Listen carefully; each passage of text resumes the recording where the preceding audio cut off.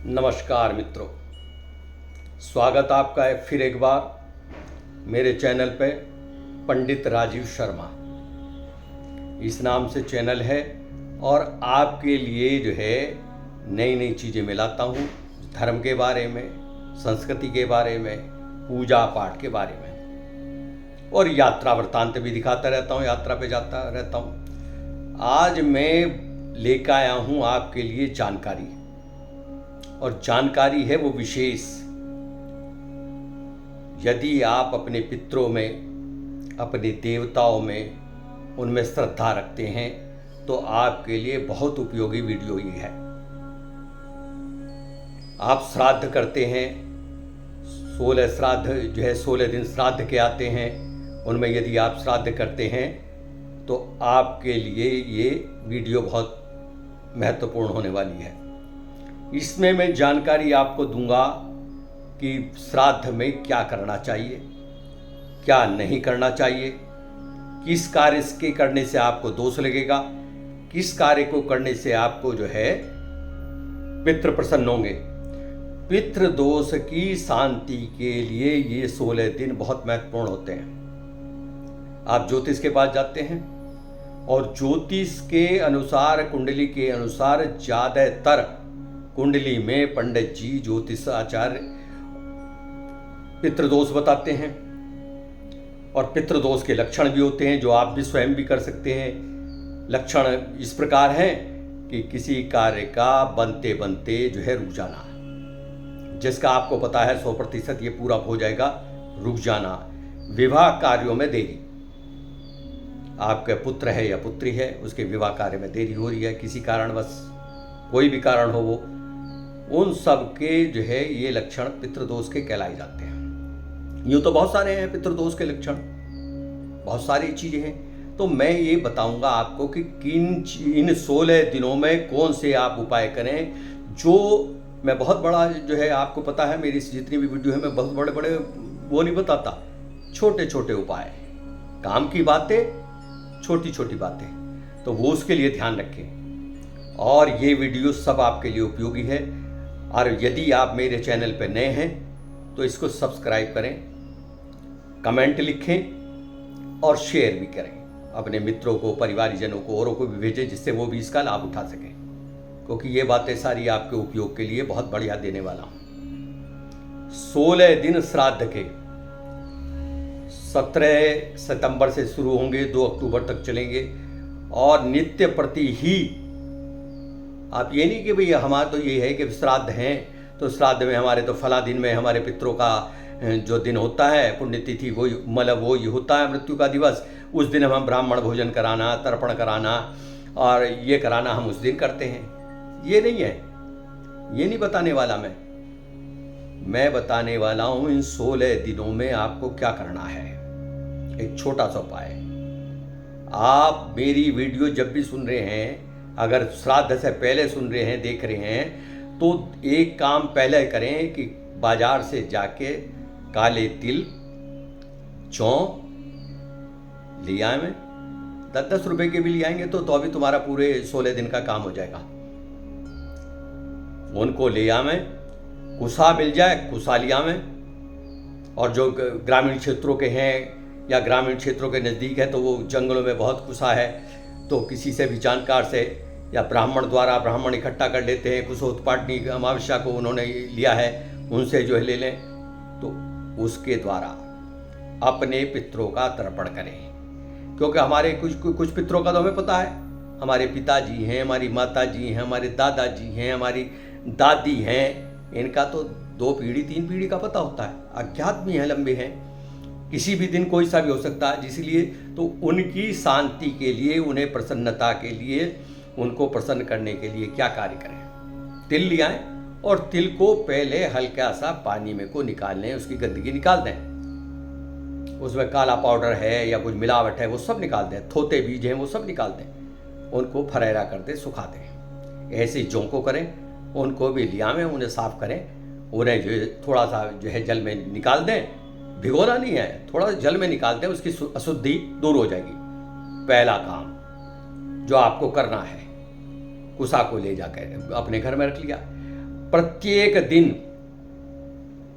आप प्रातःकाल उठें। आप जो है ऑफिस वाले और जो है दुकान वाले सबके लिए जो है भाग दौड़ की ज़िंदगी है, ये काम करते आप प्रातःकाल स्नान इत्यादि करके, और स्नान के जल में थोड़ा सा गंगा जल डाल के एक लोटा अपना रख लें धो मांझ के रोज, और उसमें थोड़ा सा गंगा जल डालें, उसमें जल डाल लें और उसमें थोड़े से काले तिल डाल दें। दक्षिण दिशा को मुंह करें। आप कहीं भी हैं, पैरों में जल नहीं आना चाहिए, किसी पौधे में, किसी जो है स्थान पे, और वहाँ जा सकते हैं तो अंगूठे पे को इस तरह जल छोड़ें अपने पितरों का ध्यान करते हुए। किसी का भी दिन होगा, किसी भी पितर का, किसी भी लोक में होंगे, हमारे जिस लोक में भी हमारे पितर हैं, किसी भी पीढ़ी के हैं, वो सब पृथ्वी पर आते हैं, ऐसा शास्त्रों का बताया। और गरुड़ पुराण में जो आपने सुना होगा, गरुड़ पुराण में, वायु पुराण में, कई पुराणों में इसका वर्णन है कि पितरों को प्रसन्न करने का क्या है। पितरों की दिशा दक्षिण दिशा है, यमराज जी की भी यमलोक भी दक्षिण दिशा में है और पितरों का भी स्थान दक्षिण दिशा में। तो दक्षिण दिशा की तरफ मुंह करके उसको जल अर्पण करें। 16 के 16 दिन करें, कोई खर्चा नहीं।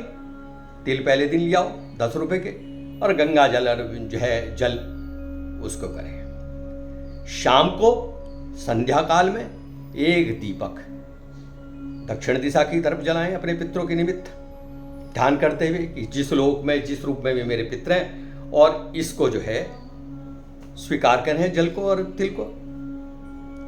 क्योंकि तिल और गंगा जल तर्पण आदि जब पंडित जी तर्पण कराते हैं तो वो ये बोलते हैं, गंगा जलम और तिलम तर्पयामी तर्पयामी।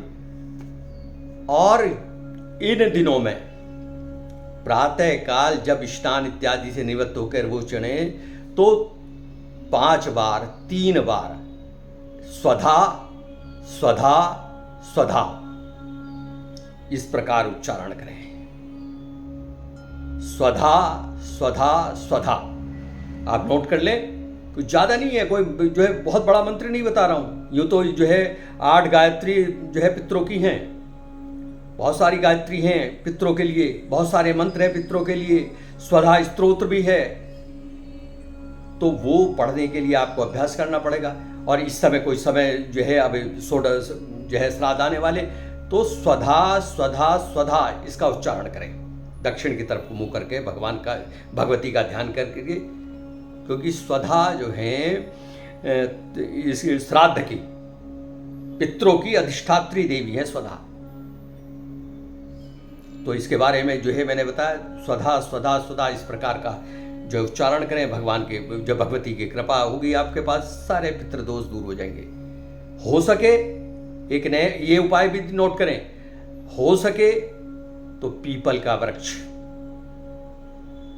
बेल का वृक्ष, बरगद जो बड़ होता है, जिसके बड़े बड़े पत्ते होते हैं, बट वृक्ष, उनमें से कोई सा भी वृक्ष यदि आप लगा दें पितरों के निमित्त, तो पितृ दोष शांति निश्चित रूप से हो जाएगी। वायु पुराण में आया है, इनमें ये देवताओं के वृक्ष हैं, इसको लगाने से पितृ दोष की शांति होगी, पितृ प्रसन्न हो गए।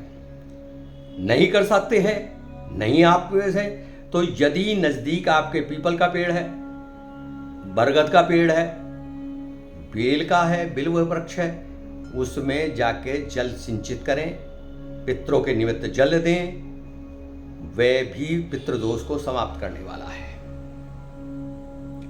इसके अलावा एक चीज और मैं बता देता हूं, बहुत साधारण से उपाय, बहुत साधारण से उपाय है। इसको पूरी वीडियो देखोगे तो आपको सारी चीजें ऐसी लगेंगी कि ये पहले क्यों नहीं पंडित जी बताया तुमने। एक चीज ये है कि किसी भी दिन, श्राद्ध वाले दिन भी, 16 दिन में किसी दिन भी और श्राद्ध वाले दिन भी, किसी भी गौशाला में जाएं,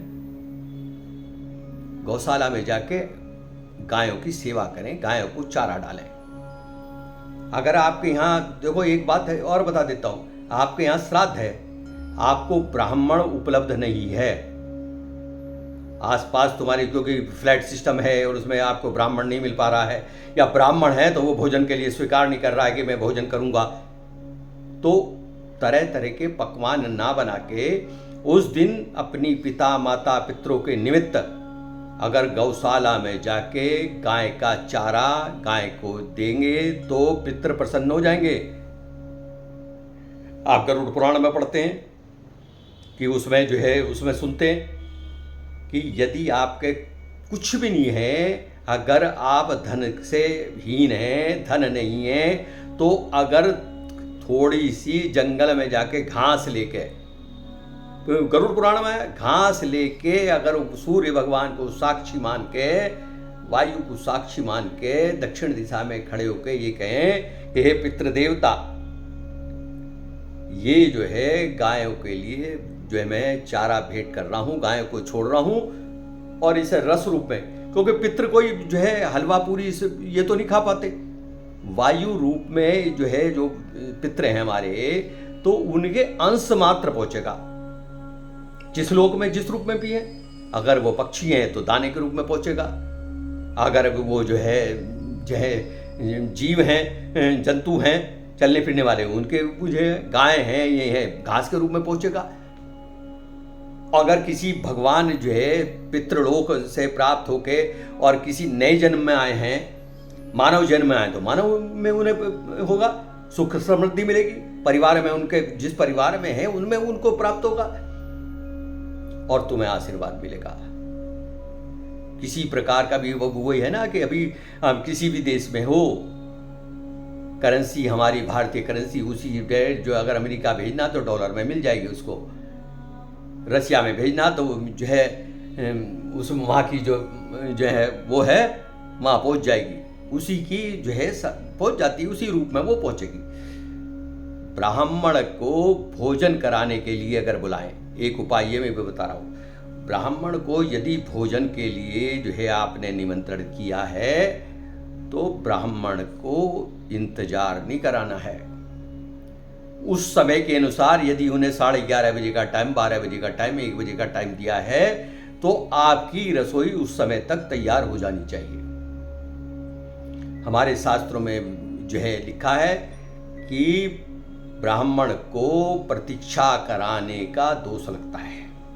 आपने पितरों को प्रसन्न करने के लिए जो है उनको निमंत्रण दिया, आपने भोजन के लिए उन्हें बुलाया, और वो 10 मिनट, 20 मिनट, 50 मिनट, 1 घंटा, 2 घंटा या आपके बैठे हुए ड्राइंग रूम में इंतजार कर रहे हैं, रसोई बनी नहीं है, तो उसमें आपको दोष लगेगा। बहुत सारा बनाना नहीं है, थोड़ा भी बनाओगे उससे भी पितर प्रसन्न हो जाएंगे। एक और बात बहुत ध्यान से सुने, यदि आप पितरों के लिए कुछ सामान निकाल रहे हैं, वो कर रहे हैं, तो गाय इत्यादि जो उसमें सड़कों पे बैठी हुई हैं उसके सामने पलट के आने से तो पितृ प्रसन्न नहीं होंगे,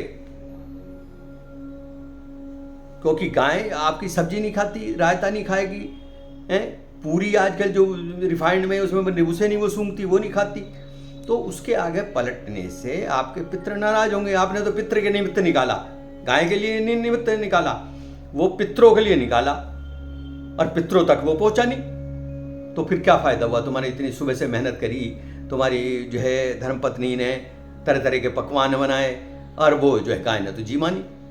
मंदिर में देखा है, मंदिर के परिवार में भी 2, 4, 5 जने हैं, भोजन आ गया 20 जनों का, वो कितना खाएंगे और रोज पकवान ही को खाएंगे? तो ऐसा करें, थोड़ा बनाओ, थोड़ा ही करो, ऐसा लो, गाय को ग्रो।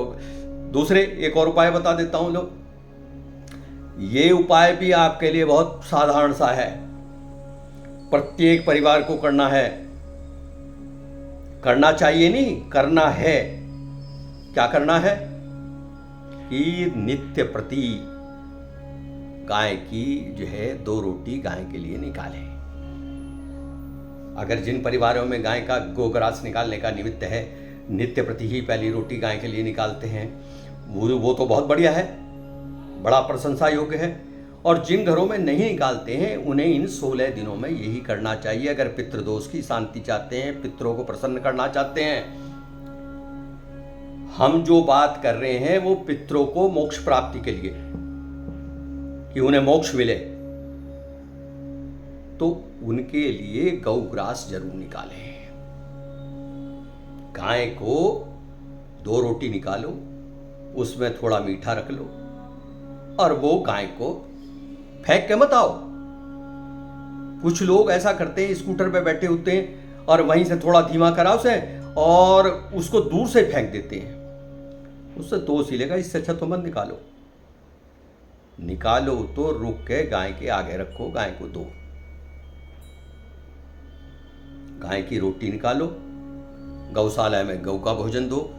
अगर आप 16 दिन में किसी दिन भी, नित्य नहीं जा सकते, 16 दिन में किसी भी दिन अपने परिवार को ले जाएं, सच बड़े बूढ़े को ले जाएं, अपने दादाजी को अगर हैं, पिताजी हैं, उन्हें ले जाएं और सब परिवार सहित जाओ गौशाला में जो है अन्नदान, चारे का दान, 1 दिन का, 2 दिन का, 5 दिन का, 7 दिन का उनको जो है निमित्त करके आओ। उनके जो है गौग्रास की जगह अन्नदान करो गायों के लिए।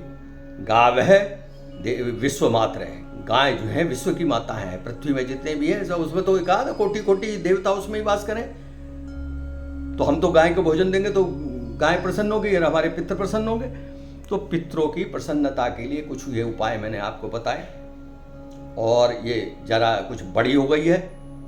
और मैं बताऊं, इतनी बड़ी तो कोई वीडियो बनाई नहीं मैंने आज तक। ये जो है मैं आपको बता दी और इसको आप जो है देखें, लाभ उठाएं।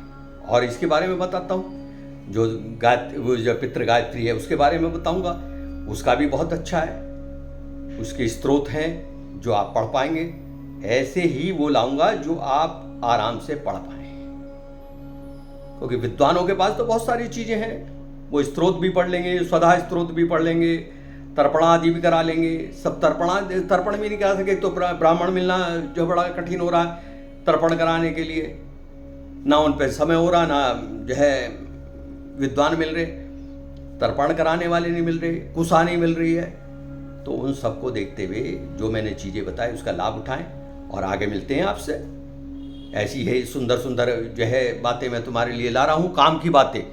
तो आप इससे जुड़े रहिए और अन्य को भी इसे शेयर करें, सब्सक्राइब करें। सब्सक्राइबर तो रुके पड़े हैं, पता नहीं कहाँ बैठे हो तुम। इस बार तो जय झंडे से गाड़ दो। जय हो श्री राम।